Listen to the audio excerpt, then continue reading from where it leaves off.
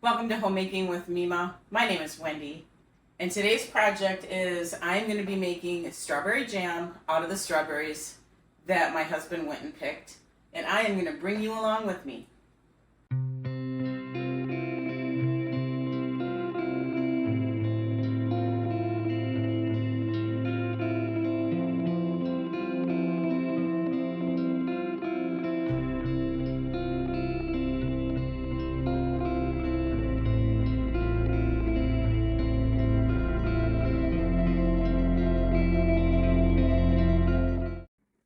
All right, so I have my strawberries in the saucepan. It's a heavy bottom saucepan, and they're still just a little bit frozen because they were in the freezer. I let them thaw out overnight, but there's still some ice chunks, so I'm going to get them going. It is a water bath canning process for strawberry jam. So I do have my jars in the kettle for water bathing them, and I'm going to bring them to a boil. And those need to boil for 10 minutes once it comes to a rapid boil for sterilization. And I am going to be using the recipe out of the Ball Blue book, the 2017 book. I know there's a new one out there right now. And it's found on page 54. So I'm bringing my strawberries up to temperature here, trying to melt what strawberries were still a little frozen. And I'm just going to follow the directions in the book. So that's the best advice I can give you, is follow the directions in the book.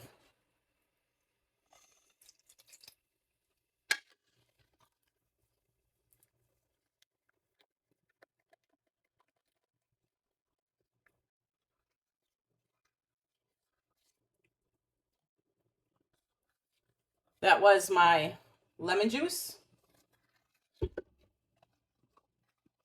and my pectin.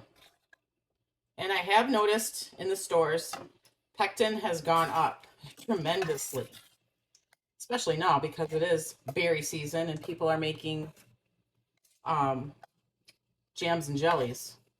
So just forewarn, you're going to be a little shocked. For 2 boxes of the Sure Gel Pectin at my local Walmart was over $6. So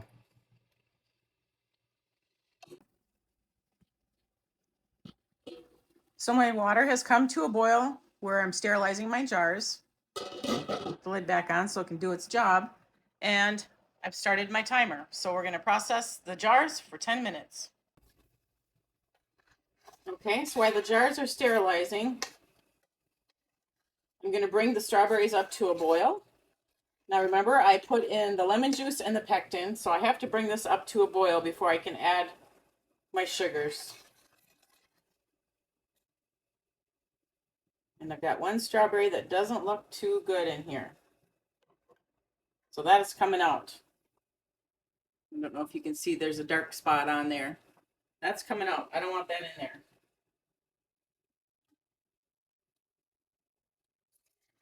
So it's just now starting to peak a boil there. And I'm going to let it come up to a good boil before I add the sugar. And yes, that is a lot of sugar, but that is what the recipe calls for. You can use different pectin for a more low sugar, but in jams and jellies, there's lots of sugar.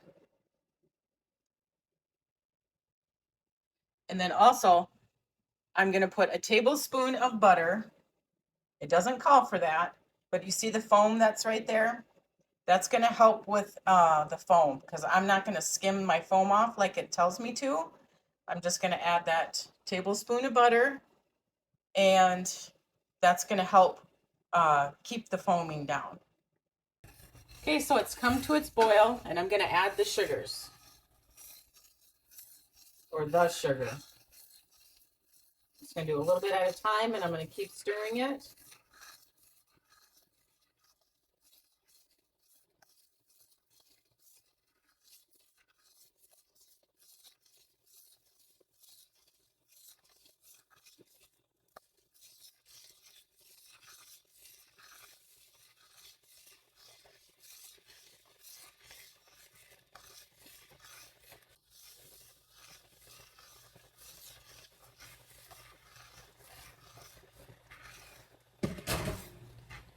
And I'm also going to be putting my tablespoon of butter in there. Now we have to wait, and we have to bring it up to a rapid boil that you cannot stir down. And I will bring you back for that. Okay, it hasn't come to a rapid boil after I've added the sugars just yet, but I just thought I'd give you a sneak peek. Because once it does come to a rapid boil, I'm going to keep stirring it. Remember, we have all that sugar in there. I don't want any of that to burn. So my timer went off for my jars, so I just turned it to low. And I'm just going to leave them in there until I'm ready to pull them out and start filling them up. So I'm going to set my timer for a minute, but I'm going to keep stirring this so I don't have overflow or burning on the bottom of my pan. This is why it's nice to have a heavy bottom saucepan when you're making jams and jellies. I know people have made it without the heavy bottoms. I prefer the heavy bottom. And I'm just going to keep stirring it.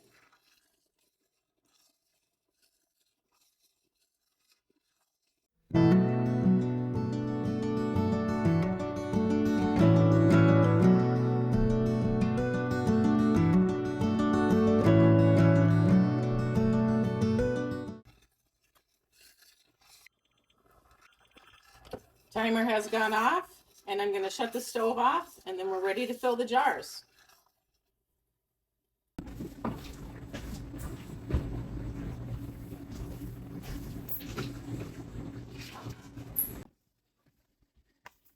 I'm using a tong this time because there's some that tipped over, so I'm going to grab out about 3 jars.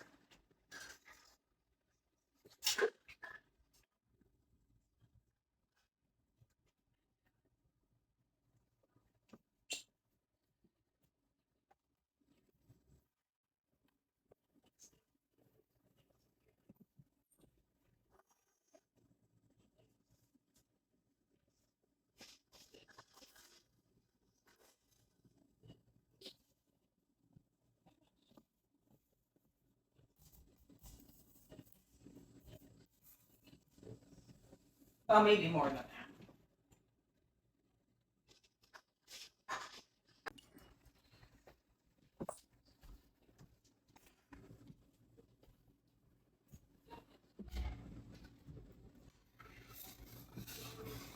Give this a quick stir before I start ladling it in there.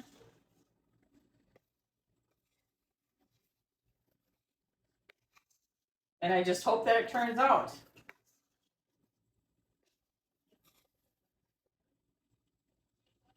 It is coating the spoon, so I have faith. With jams and jellies, we're going to be doing it a 1/4 inch headspace. So we're going to put this tool on the lip of the jar right to there. And we're going to be debubbling, so we need to use both ends.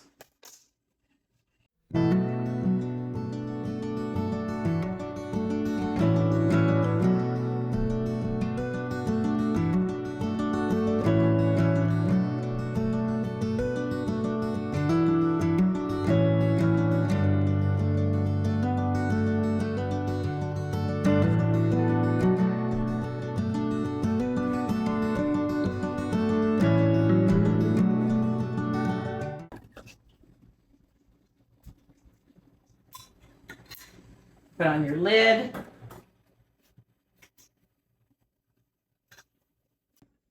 Fingertip tight. I use the 2 fingers and the thumb. And the jars are hot.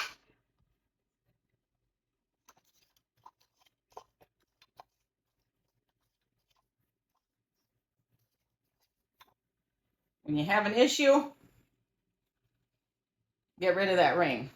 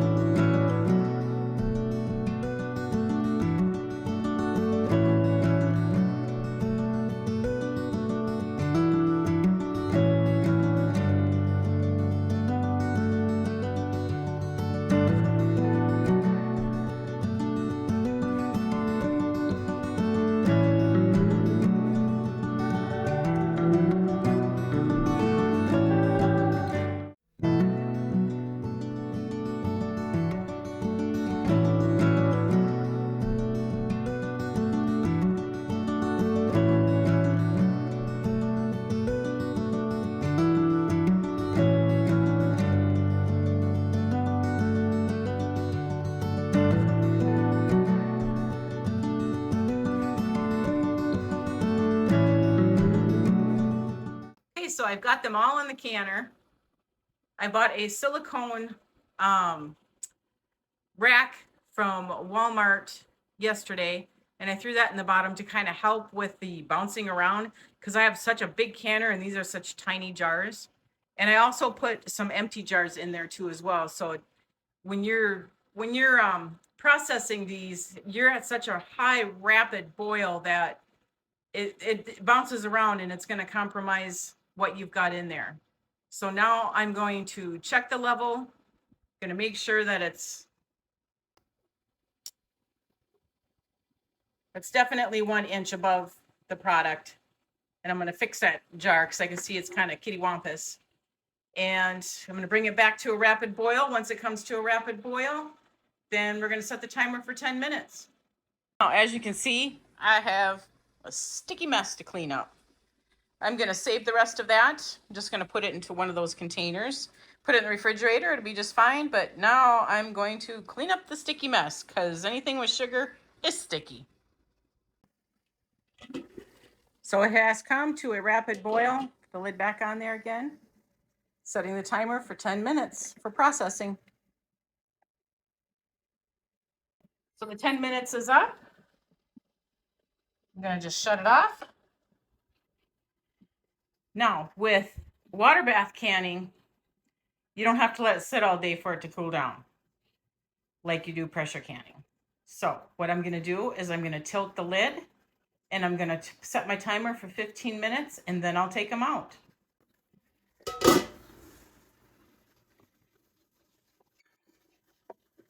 So here's the leftover jam that I had in my pan. I'm going to put it in the refrigerator and you can see it's already set up pretty good. I'm just going to let it continue cooling and then I'll put it in the refrigerator and we can eat that right away. So the timer's gone off for that 15 minutes. Now I can take them out.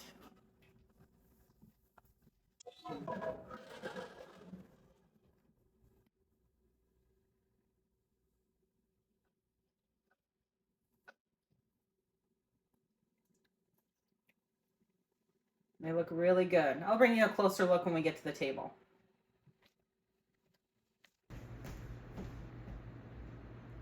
If you hear any popping, that's the seals on the lids. I've been hearing it, but I didn't video, so. Right, well, my lighting isn't really that good, but they turned out really good. I didn't have any spillage over any of them. And out of that batch, I got 2, 4, 6, 8, I got 9. Plus that little bit that I put in the refrigerator. So now I'm going to get this one back onto that tray. I'm going to cover them up and tuck them in with their little towel like a blanket. And I'm going to wash them up tomorrow and then we'll label them and then we'll get them put away. Okay, we're going to, it's the next day and we're going to wash up the strawberry jam jars. And I know I've gone over this before, so I'm just going to go over it real quick again. Hot soapy water with some vinegar in it. They do have somewhat of a haze, even though I did put vinegar in. And it just happens sometimes. So you're going to remove your rings. Then you're going to want to check your seals. So you're going to push down. If there's no movement, then the seal took. But you can also check by lifting by the lid. Unfortunately, with jams and jellies, it could just be sticky. But this is going to tell you for sure that you had a good seal. Well, there's no movement at all. So I'm just going to get these washed up.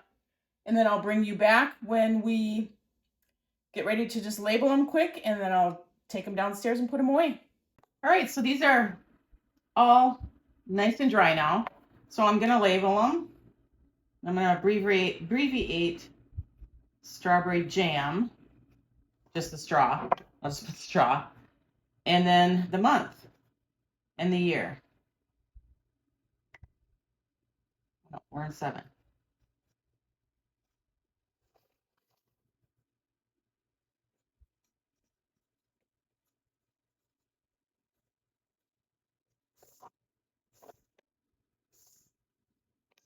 I'm going to finish labeling these and then I'm going to put them in the container and then I'm going to put them away back onto the shelf and I'll bring you down there when I'm ready for that. Okay, so I have put the strawberry jam on the shelf, and I've got another jam, two other jams that I'm planning on making. Just don't have the time exactly quite yet. We'll see what I can fit into my schedule, but they should probably fill up a good portion of the shelf here. I want to thank you folks for joining me today on this canning session of canning strawberry jam from the berry patch to the jar to the canning shelf, making it shelf stable. We do have other strawberries that are left over, but I had bagged them up in gallon-sized bags so that we can turn to them, and we froze them because when you pick fresh strawberries, you either have to eat it all up at one time or they start going bad. So we've got some fresh eating, but it's frozen. And if I don't use them up, then I can always make more jam with them if I want to. Or more than likely, we're going to use them in smoothies and probably for toppings for ice cream and that sort of thing. So that project is done. I want to thank you for joining me today. If you like this kind of content, please give it a thumbs up, subscribe to the channel, and I want you folks to make it a really great day.